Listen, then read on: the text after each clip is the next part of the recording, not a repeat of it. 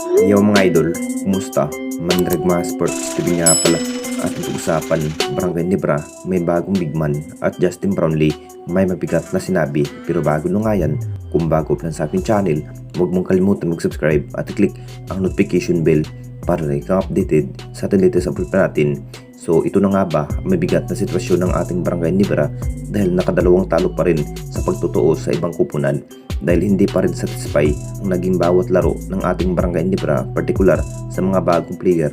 Nadismaya pa rin si Coach Tim sa naging performance ng ating Barangay Nebra dahil sa unang naging laban ng ating Barangay Nebra, masasabing bagsak pa rin ang naging laro ang bagong player. Ito na rin ang dahilan kung bakit si Justin Brownlee pa rin ang inaasahan sa opensiba.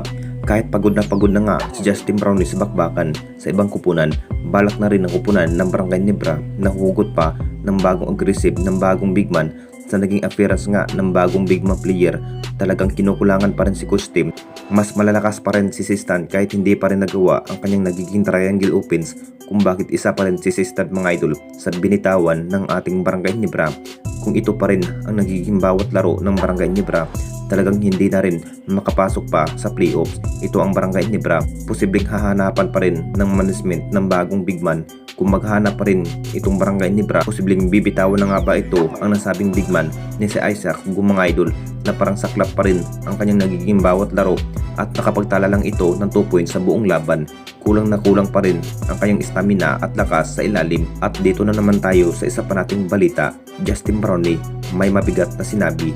Alam na nating lahat mga idol, si Justin Brownlee pa rin ang inaasahan ng lahat kung bakit nadismaya pa rin ang ating best import na si Justin Brownlee kahit binago na nga ang bawat chemistry. Mas humihina na rin ang naging trade ng Barangay Nebra. Talagang napakasaklap tignan mga idol sa naging appearance ng ating Barangay Nebra kahit bagong player, mas ito pala ang humihina sa team mga idol. Talagang walang magandang play pa rin ang nagiging ibubuga sa bawat player.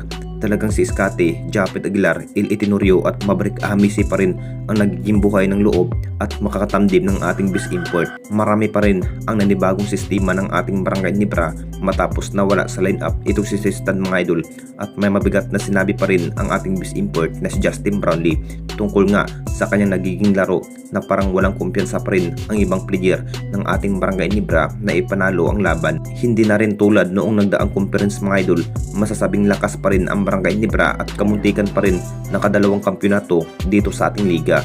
Pero mas malayo na rin ang dating lineup ng Barangay Nebra dahil binago na rin ang sistema at player. Anong masasabi ninyo mga idol tungkol sa ating video?